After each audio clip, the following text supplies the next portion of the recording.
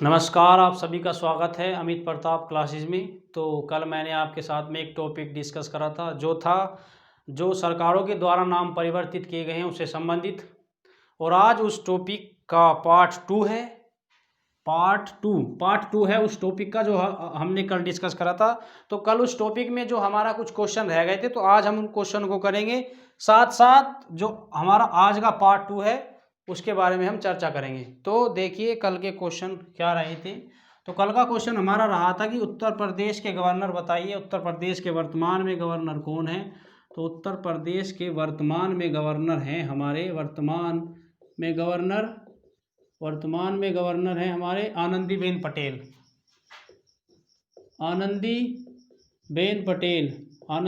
पटेल वर्तमान में हमारे जो हैं उत्तर प्रदेश के वर्तमान में गवर्नर हैं। तो उत्तर प्रदेश के मुख्यमंत्री आप सभी को पता है माननीय योगी आदित्यनाथ जी उत्तर प्रदेश के गवर्नर हैं। तो कल हमने देखा कि जब हम क्वेश्चन कर रहे थे तो अटल बिहारी वाजपेयी का बहुत जगह नाम आया। उनके जगह जो उनके नाम पे जो जगह के नाम रखे गए हैं वो बदले गए हैं। तो आज हम अटल जी के जीवन से रिलेटेड या जीवन के बारे में, उनके संघर्षों के बारे में, उनकी उपलब्धियों के बारे में चर्चा करेंगे। तो अटल जी का जन्म 25 दिसंबर 1924 ग्वालियर मध्य प्रदेश में, ग्वालियर जो कि मध्य प्रदेश में स्थित है। और इनकी मृत्यु कहाँ हुई? इनकी मृत्यु हुई है 16 अगस्त 2018 को अटल जी की मृत्यु हुई है। और अटल जी की मृत्यु कहाँ पर हुई है? एम्स दिल्ली। तो क्वेश्चन बनता है कि अटल जी का जन्म 25 दिसंबर को क्या चीज़ मनाई? 25 दिसंबर को मनाया जाता है सुशासन दिवस। 25 दिसंबर को मनाया जाता है सुशासन दिवस। ठीक है, ये सुशासन दिवस मनाया जाता है। और एम्स की फुल फॉर्म बताइए, कि क्वेश्चन में पूछ लेता है कि एम्स क्या है, इसके बारे में बताइए। एक क्या है? तो एक मेडिकल संस्था है एम्स।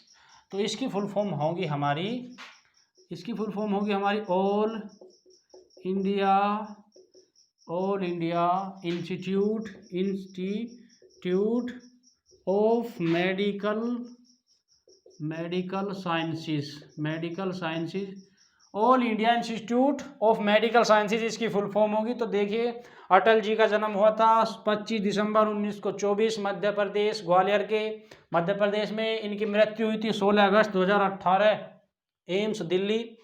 तो 25 दिसंबर को मनाते हैं हम सुशासन दिवस। और यहाँ पर दिया गया एम्स। तो एम्स क्या है? एक मेडिकल संस्था है। एक एम्स की फुल फॉर्म क्या है? तो एम्स की फुल फॉर्म है ऑल इंडिया में इंस्टीट्यूट ऑफ मेडिकल साइंस। तो ये जो इनसे रिलेटेड क्वेश्चन पूछे जाते हैं, तो ये क्वेश्चन जो है एग्जाम पॉइंट ऑफ व्यू से बहुत ज़्यादा इम्पोर्टेंट है। अब देखिए जो अटल जी हैं वो भारत के प्रधानमंत्री रहे हैं। अटल जी तीन बार भारत के प्रधानमंत्री रहे हैं। पहली बार 13 दिन के लिए बने 1996 में। दूसरी बार 3 बार बने। तो पहली बार बने 13 दिन के लिए 1996 में, दूसरी बार बने 13 महीने के लिए 1998 में, और तीसरी बार बने जो कि उनका कार्यकाल पूरा 5 साल का था। 5 साल का पूरा उन्होंने अपना कार्यकाल करा था, जो कि था 1999 से 2004 तक। तो 2004 तक। तो अब क्वेश्चन बनते हैं हमारे यहाँ पे 4। तो बताइए कि अटल बिहारी वाजपेयी भारत के प्रधानमंत्री कितनी बार रहे? 3 बार। पहली बार कब बने भारत के प्रधानमंत्री? तो वो पहली बार बने भारत के प्रधानमंत्री 13 दिन के लिए 1996 में। दूसरी बार भारत के प्रधानमंत्री बने 13 महीने के लिए 1998 में। और तीसरी बार भारत के प्रधानमंत्री बने 1999 से 2004 के बीच में। तो यहाँ 4 क्वेश्चन बनते हैं। तो एग्जाम में पूछा जाएगा कि बताइए भारत के यानी अटल बिहारी वाजपेयी जी भारत के प्रधानमंत्री कितनी बार रहे? तो बताएंगे हम कि 3 बार। पहली बार कब बनी? 1996 में। कितने दिन के लिए बने? 13 दिन के लिए बने। और पूछेगा कि बताइए सबसे लास्ट जो उनका कार्यकाल था वो कितने दिन का था या कितने साल का था? दिन में पूछेगा तो साल में हम उसे काउंट कर लेंगे, साल में पूछेगा तो 5 साल। ठीक है, तो 5 साल के लिए 1999 से। तो पहला क्वेश्चन ये इम्पोर्टेंट तो लेकिन सारे हैं, जो कि सारे इम्पोर्टेंट हैं ये, लेकिन ये ज़्यादा है, इसके पेपर में आने के चांस बहुत ज़्यादा है। तो यहाँ पे हमने पढ़ लिया कि अटल जी जो था 3 बार भारत के प्रधानमंत्री रहे। तो अटल जी, अब अटल जी का जब नाम आता है तो हमारे दिमाग में आता है कि बीजेपी, आखिर क्या बीजेपी क्या है? तो बीजेपी है, बीजेपी की फुल फॉर्म होती है बीजेपी। बीजेपी की फुल फॉर्म होती है भारतीय जनता पार्टी। भारतीय जनता पार्टी, जिस पार्टी के वर्तमान में भारत के प्रधानमंत्री श्री नरेंद्र मोदी जी हैं, उस पार्टी के हैं भारत के प्रधानमंत्री बीजेपी के। तो बीजेपी का गठन, यानी बीजेपी का गठन किस व्यक्ति ने किया? तो बीजेपी का गठन 2 व्यक्तियों ने किया। 2 व्यक्तियों ने। क्वेश्चन पूछा जा सकता है बीजेपी का गठन किसने किया? तो हमारे याद रहेगा सिर्फ अटल बिहारी वाजपेयी। तो गलत है, इसका आंसर होगा अटल बिहारी वाजपेयी जी। अटल जी और लाल कृष्ण अटल जी और लाल कृष्ण आडवाणी जी। लाल कृष्ण आडवाणी जी। लाल कृष्ण आडवाणी जी, ठीक है। तो यहाँ पे बीजेपी जो भारतीय जनता पार्टी है, इसका गठन 2 व्यक्तियों ने किया, अटल जी और लाल कृष्ण आडवाणी। कब किया? तो यह भी पूछा जा सकता है कि भारतीय जनता पार्टी की स्थापना कब की गई? तो भारतीय जनता पार्टी की स्थापना 1980 में की गई थी। किन व्यक्तियों के द्वारा की गई थी? अटल जी यानी अटल बिहारी वाजपेयी जी और लाल कृष्ण आडवाणी जी, इनके द्वारा भारतीय जनता पार्टी की स्थापना की गई। तो आपने लिख लिया। तो भारतीय जनता पार्टी की स्थापना 2 व्यक्तियों के द्वारा की गई थी, अटल जी और लाल कृष्ण आडवाणी। इनकी स्थापना, जो भारतीय जनता पार्टी की स्थापना है, 1980 में की गई थी। तो भारतीय जनता पार्टी की स्थापना 1980 में की गई थी।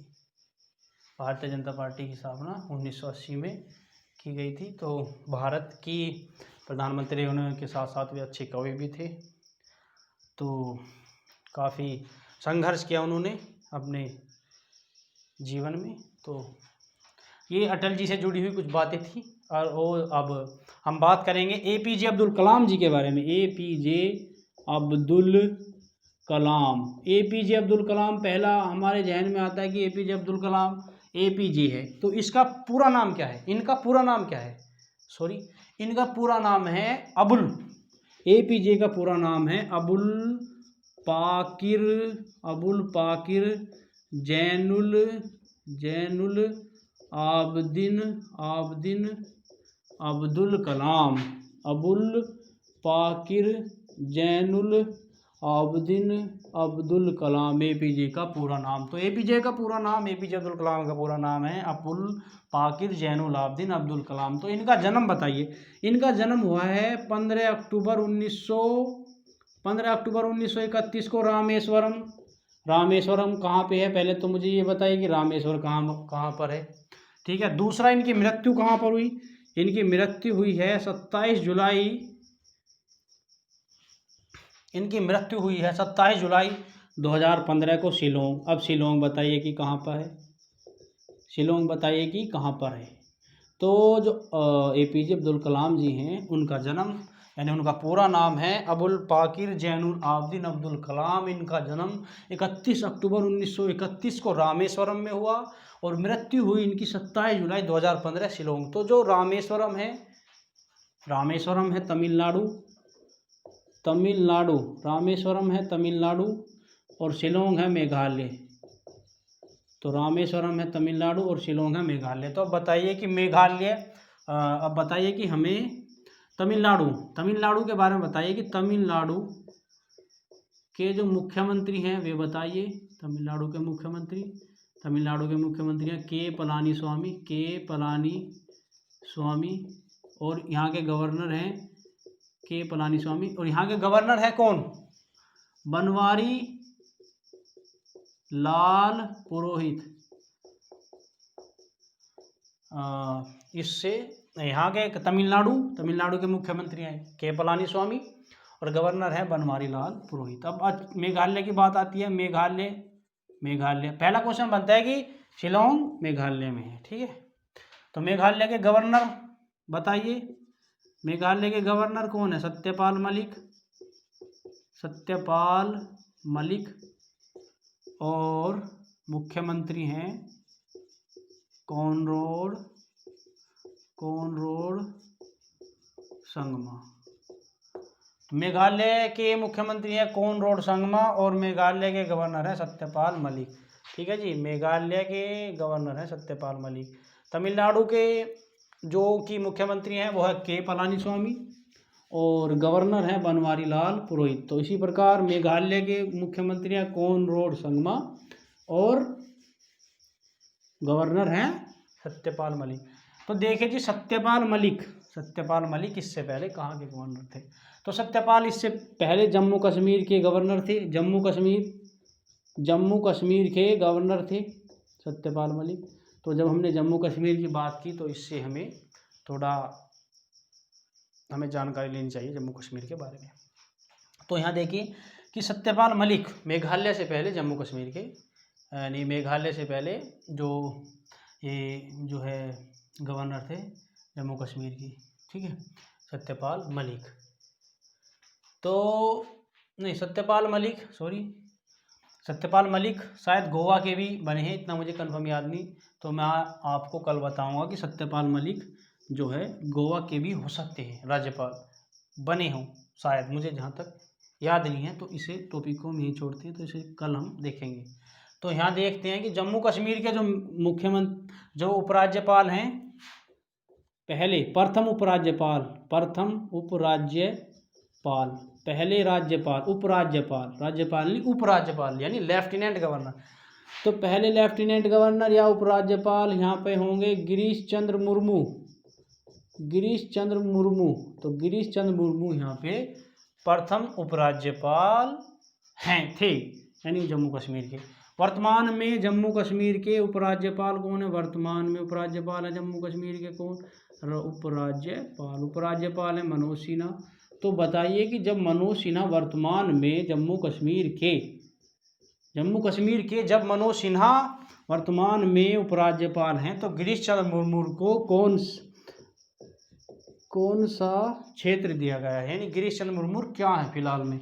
तो गिरीश चंद्र मुर्मू हैं CAG, controller auditor general of India, यानी controller auditor general of India, या हम बोलते हैं controller auditor general of India. ठीक है, कौन से नंबर के हैं? 14वें नंबर के। ठीक है, 14वें नंबर के। तो कहाँ से चले हम, कहाँ पे पहुँचे हम? APJ अब्दुल कलाम की बात कर रहे थे। तो APJ अब्दुल कलाम का जन्म हुआ था रामेश्वर तमिलनाडु में, उनकी मृत्यु हुई थी शिलोंग में। तो हमने वहाँ के मुख्यमंत्री और गवर्नर ले लिए, साथ ही साथ जो कि ये एग्ज़ाम में काफ़ी इम्पोर्टेंट होते हैं गवर्नर मुख्यमंत्री, काफ़ी रेलवे में, NTPC में, दिल्ली पुलिस में, ये काफ़ी हमारी हेल्प करते हैं। तो हमने देखा कि मुख्यमंत्री हैं तमिलनाडु के पलानीस्वामी, गवर्नर है बनवारी लाल पुरोहित, और मेघालय के गवर्नर हैं सत्यपाल मलिक, और मुख्यमंत्री है कोनराड संगमा। तो सत्यपाल मलिक शायद गोवा के भी बने हैं, इतना मुझे याद नहीं कन्फर्म। तो मैं आपको इसके बारे में कल बताऊंगा। फिलहाल हमने जब जम्मू कश्मीर की बात, हमने यहाँ सत्यपाल मलिक से जम्मू कश्मीर की बात को जोड़ा है। तो उपराज्यपाल जम्मू कश्मीर के प्रथम उपराज्यपाल गिरीश चंद्र मुर्मू हैं। तो वर्तमान में उपराज्यपाल मनोज सिन्हा है जम्मू कश्मीर के। तो गिरीश चंद्र मुर्मू क्या है वर्तमान में? Girish Chandra Murmu controller auditor of general हैं। कौन से नंबर के हैं? 14वें नंबर के। तो यहाँ पे ये हो जाता है, हमने APJ अब्दुल कलाम के जन्म से और उनके जन्म देखा कि उनका जन्म कहाँ हुआ, किस सन में हुआ, किस राज्य में हुआ, उस राज्य के राज्यपाल देखे, उस राज्य के राज्यपाल देखे, मुख्यमंत्री देखे, और फिर आगे हम चले।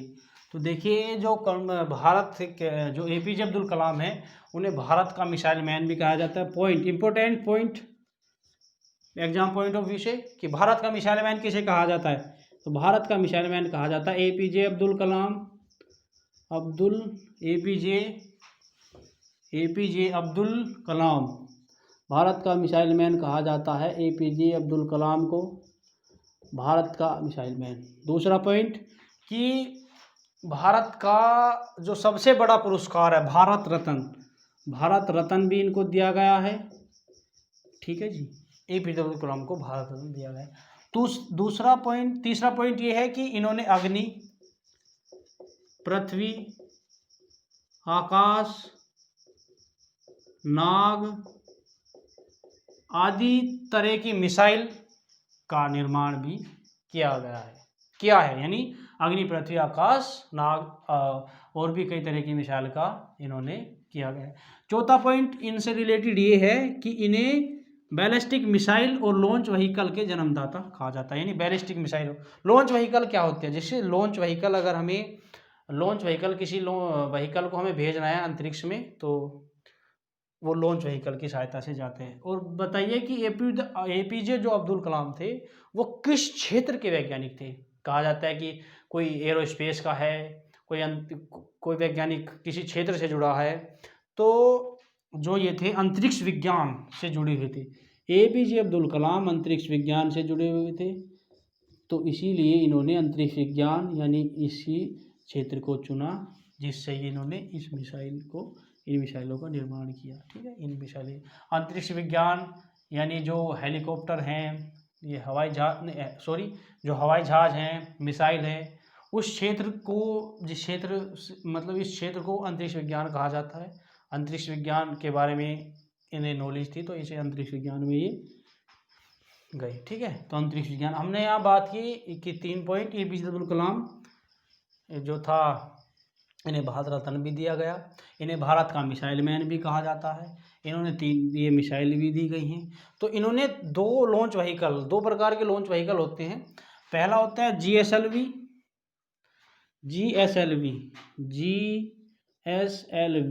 दूसरा होता है पीएसएलवी। ये अब यूज किए जाते हैं, यानी अब यूज किए जाते हैं। ये अब लॉन्च व्हीकल अगर हम कोई छोड़ते हैं अंतरिक्ष में तो अब यूज किए जाते हैं, लेकिन ये पहले यूज किए जाते थे जीएसएलवी। तो इनकी फुल फॉर्म आ जाती है कि जीएसएलवी या पीएसएलवी क्या है, इनकी फुल फॉर्म बताइए। तो जीएसएलवी इनकी फुल फॉर्म हो जाएगी आपकी, तो कई बार एग्जाम में पूछ लिया जाता है कि बताइए कि जीएसएलवी की फुल फॉर्म क्या है, पीएसएलवी की फुल फॉर्म क्या है, इसमें एस क्या है, इसमें वी क्या है, इसमें ये क्या है, जी क्या है, या इसमें पी क्या है। तो जीएसएलवी जियो साइकोरोनस,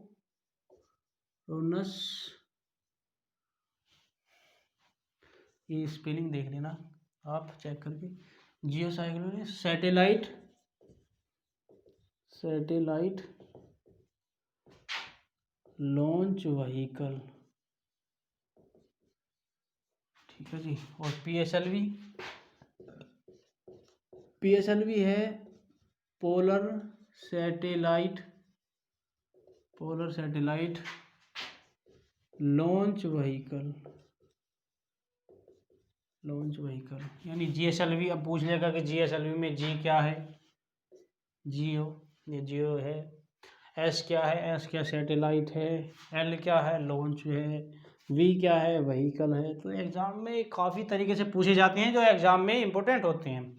ठीक है, पीएसएलवी यानी पीएसएलवी में पी क्या है, पोलर है, एस क्या है, सैटेलाइट है, लॉन्च व्हीकल यानी एल है लॉन्च, और L A launch vehicle, LAUNCH launch vehicle. तो इस तरीके से पूछे जाते हैं एपीजे अब्दुल कलाम के। तो हमने यहाँ देखा कि एपीजे अब्दुल कलाम, उनकी उपलब्धियों के बारे में, उन्होंने क्या किया। तो वैज्ञानिक होने के साथ साथ वो भारत के राष्ट्रपति भी रहे। तो भारत के राष्ट्रपति रहे वो, 11वें नंबर के राष्ट्रपति रहे वो भारत के। 2002 से 2007 तक वो भारत के राष्ट्रपति रहे। 2002 से 2007 तक 11वें राष्ट्रपति रहे एपीजे अब्दुल कलाम।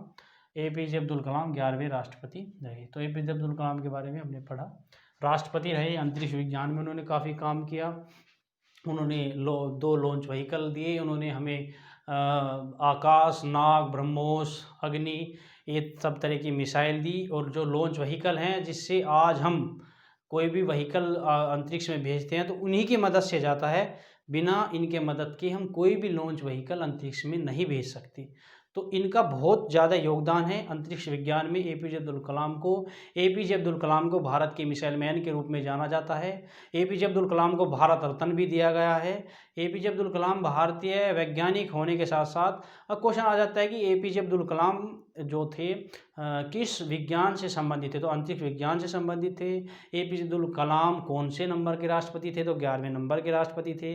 उनका कार्यकाल कब से कब तक था? उनका कार्यकाल 2002 से 2007 तक था। तो इस तरीके से क्वेश्चन आ जाता है एग्ज़ाम में। तो काफ़ी इन्होंने संघर्ष किया एपीजे अब्दुल कलाम ने। तो इसके बारे में आज हमने आपको बताया, जो कि काफ़ी ये आपके लिए एग्ज़ाम के लिए इम्पोर्टेंट होता है। अब देखिए, हमने कल एक आपको टॉपिक किया था जिसका पार्ट 1 हमने आपको कल करा दिया था, और हमने कहा था कि पार्ट 2 हम कल लाएंगे आपके लिए। पार्ट 2 हम आपके लिए कल लाएंगे।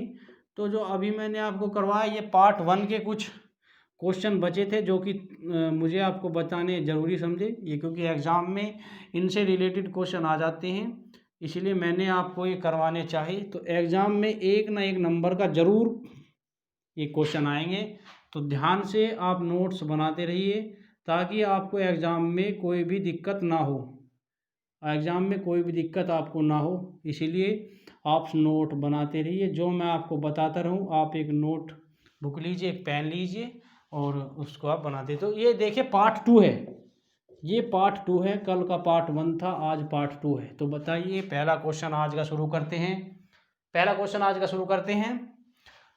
राष्ट्रीय वित्तीय प्रबंधन संस्थान, इसका जो नया नाम है वो बदल कर दिया गया है अरुण जेटली। तो अरुण जेटली राष्ट्रीय वित्तीय प्रबंधन संस्थान, तो अरुण जेटली जी के बारे में हमने कल आपको बताया था कि अरुण जेटली बीजेपी की सरकार में जो थे वित्त मंत्री थे, ठीक है, इनका निधन हो गया। तो इस तरीके से इसका जो राष्ट्रीय अब वित्त मंत्रालय कौन संभाल रहा है? तो वित्त मंत्रालय संभाल रहा है, हमने आपको कल बताया कि वित्त मंत्रालय जो संभाल रहा है निर्मला सीतारमण संभाल रहा है। तो इसमें एक आ जाता है कि बताइए, देखो केंद्र वित्त मंत्री दो तरह के होते हैं। देखिए यहाँ पे बहुत इंपॉर्टेंट है, एक तो केंद्र सरकार का वित्त मंत्री जो कि निर्मला सीतारमण है, एक राज्य वित्त मंत्री होता है, राज्य वित्त मंत्री, एक राज्य का मंत्री, राज्य का वित्त मंत्री होता है। क्वेश्चन ध्यान से सुनिए, राज्य का वित्त मंत्री, राज्य का वित्त मंत्री, ठीक है। तो जो केंद्र का वित्त मंत्री है वो है क्या? निर्मला सीतारमण। राज्य वित्त मंत्री यानी वित्त राज्य मंत्री बोलेंगे, इसे वित्त राज्य मंत्री, इसे बोलेंगे वित्त राज्य मंत्री। तो ये Anurag Thakur, important, most important वित्त राज्य मंत्री अनुराग ठाकुर, जो कि इन्होंने, जहाँ तक मुझे याद है कि इन्होंने बीसीसीआई में शायद कोई सा पद था इनके पास बीसीसीआई में। तो वित्त राज्य मंत्री अनुराग ठाकुर हैं। और राज्य का वित्त मंत्री यानी जैसे कि मानो उत्तर प्रदेश है तो इसमें राज्य का वित्त मंत्री है, ठीक है। तो 3 तरह के मंत्री यानी वित्त से संबंधित, केंद्र की सारी जानकारी वित्त मंत्री ये देंगे। राज्य वित्त मंत्री तो राज्यों के बारे में, जो राज्यों के देखो सुनो, जो केंद्र वित्त मंत्री होंगे यानी केंद्र वित्त मंत्री ये सारी जानकारी देंगे सरकार को, ठीक है, सरकार के वित्त मंत्री होंगे। उसके बारे में जो राज्यों के जो टोटल मंत्री होंगे, जो टोटल राज्य हैं उनके मंत्रियों यानी उनके जो वित्त मंत्री हैं उनकी टोटल जानकारी इनके पास होगी, समझे। टोटल सबसे नंबर के होंगे वित्त मंत्री, केंद्र वित्त मंत्री, फिर होंगे वित्त राज्य मंत्री, फिर होंगे राज्यों का वित्त मंत्री। तो 3 वित्त मंत्री होंगे। तो केंद्र वित्त मंत्री होगा जो राज्य सरकार यानी जो वर्तमान में सरकार है जिसकी, उसको वो रिपोर्ट देगा।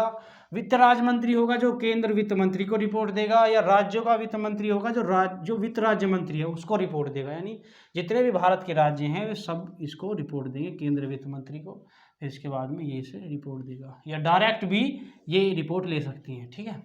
अब देखिए दूसरा क्वेश्चन आता है, एकाना इंटरनेशनल क्रिकेट स्टेडियम, ये कहाँ पे है? ये नहीं sorry, Ekana international cricket stadium, इसका नया नाम बदल कर दिया गया अटल बिहारी वाजपेयी स्टेडियम। तीसरा क्वेश्चन, भोपाल मेट्रो रेल,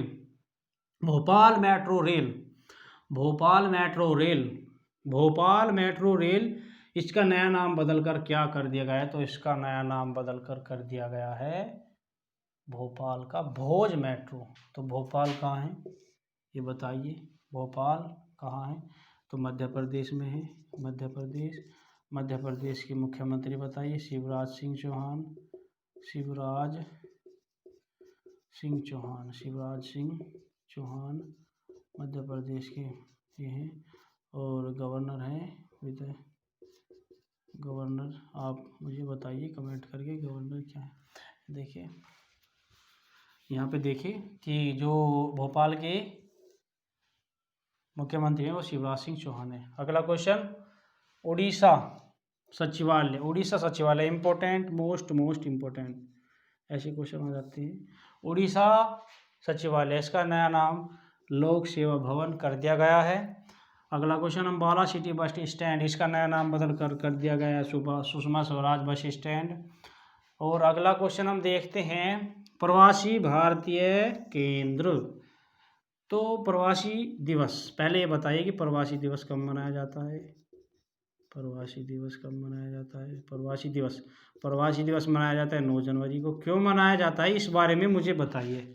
इस बारे में मैं बताता हूँ कि प्रवासी दिवस क्यों मनाया जाता है। क्योंकि गांधी जी जब दक्षिण अफ्रीका से आए थे तो इस दिन को तब से मनाया जाता है। गांधी जी जब दक्षिण अफ्रीका से वापस भारत आए थे तो उन्हीं की याद में 9 जनवरी को प्रवासी भारतीय दिवस मनाया जाता है।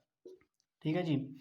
और अब यहाँ क्वेश्चन है कि प्रवासी भारतीय केंद्र, इसका नया नाम बदल कर दिया गया सुषमा स्वराज विदेशी संस्थान। अब सुषमा स्वराज विदेशी संस्थान कर दिया गया है। अब है मुगल म्यूजियम का नया नाम बदल कर क्या कर दिया गया है? तो इसका नया नाम बदल कर दिया था छत्रपति शिवाजी महाराज म्यूजियम। ठीक है, मुगल म्यूजियम का नया नाम बदल कर दिया गया है छत्रपति शिवाजी महाराज म्यूजियम। अगला क्वेश्चन, हुबली रेलवे स्टेशन, इसका नया नाम बदल कर दिया गया है सिद्धरूधा स्वामी जी रेलवे स्टेशन हुबली। ठीक है, देखिए हुबली रेलवे स्टेशन का नया नाम बदल कर दिया गया है सिद्धरूधा स्वामी जी रेलवे स्टेशन। अगला क्वेश्चन है, मुंबई सेंट्रल स्टेशन का नया नाम बदल कर क्या कर दिया गया? तो मुंबई सेंट्रल स्टेशन का नया नाम बदल कर दिया गया है नाना Shankar Sheth Mumbai central railway station. नाना Shankar Sheth Mumbai central railway station, यानी मुंबई सेंट्रल स्टेशन का नया नाम ये होगा। अगला क्वेश्चन, जो लास्ट क्वेश्चन है, इसका नाम है Manduadih railway station. Manduadih railway station, इसका नया नाम बदल कर दिया गया बनारस। तो ये क्वेश्चन है जो कि आज कंप्लीट हो चुके हैं। कल हमने इसका पार्ट 1 आपको बताया, आपको जानकारी दी। जो कुछ जानकारी कल छूट गई थी हमारे से, तो हमने आज वो आपको बता दी पार्ट 2 में। तो पार्ट 2 में पार्ट 1 और पार्ट 2 मिलाकर ये जो हमने आपको बताया, जैसा आपने थंबनेल देखा कि जो शहरों और स्थानों और संस्थानों के नाम परिवर्तित किए गए हैं, उससे रिलेटेड ये जो क्वेश्चन मैंने आपको बताए हैं। तो ये क्वेश्चन है, एक क्वेश्चन रह चुका है ये, ठीक है, एक ये क्वेश्चन रह गया। ठीक है, एक ये क्वेश्चन रहा है कि शिक्षा मंत्रालय मानव संसाधन विकास मंत्रालय का नया नाम बदलकर क्या कर दिया गया है? तो मानव संसाधन विकास मंत्रालय का नाम बदलकर शिक्षा मंत्रालय। यानी अगर हम आगे से बताएंगे कि बताइए कि शिक्षा मंत्रालय यानी शिक्षा मंत्री कौन है, तो जो शिक्षा मंत्रालय है ये शिक्षा मंत्रालय है। ठीक है, जो शिक्षा मतलब शिक्षा मत समझिए कि जो HRD यानी ह्यूमन रिसोर्स डेवलपमेंट, इसका हिंदी अनुवाद है मानव संसाधन विकास यानी मंत्रालय। ठीक है, मानव संसाधन विकास मंत्रालय, इसका नाम बदल कर शिक्षा मंत्रालय। तो बताइए कि शिक्षा मंत्रालय का शिक्षा मंत्रालय कौन है? तो वो है शिक्षा मंत्रालय, यहाँ पे हैं पोखरियाल निशंक, रमेश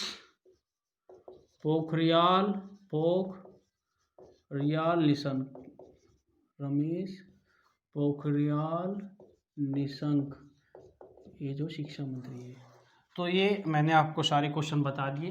ठीक है, अगर आपको कोई डाउट है या तो आप कमेंट कर सकते हैं।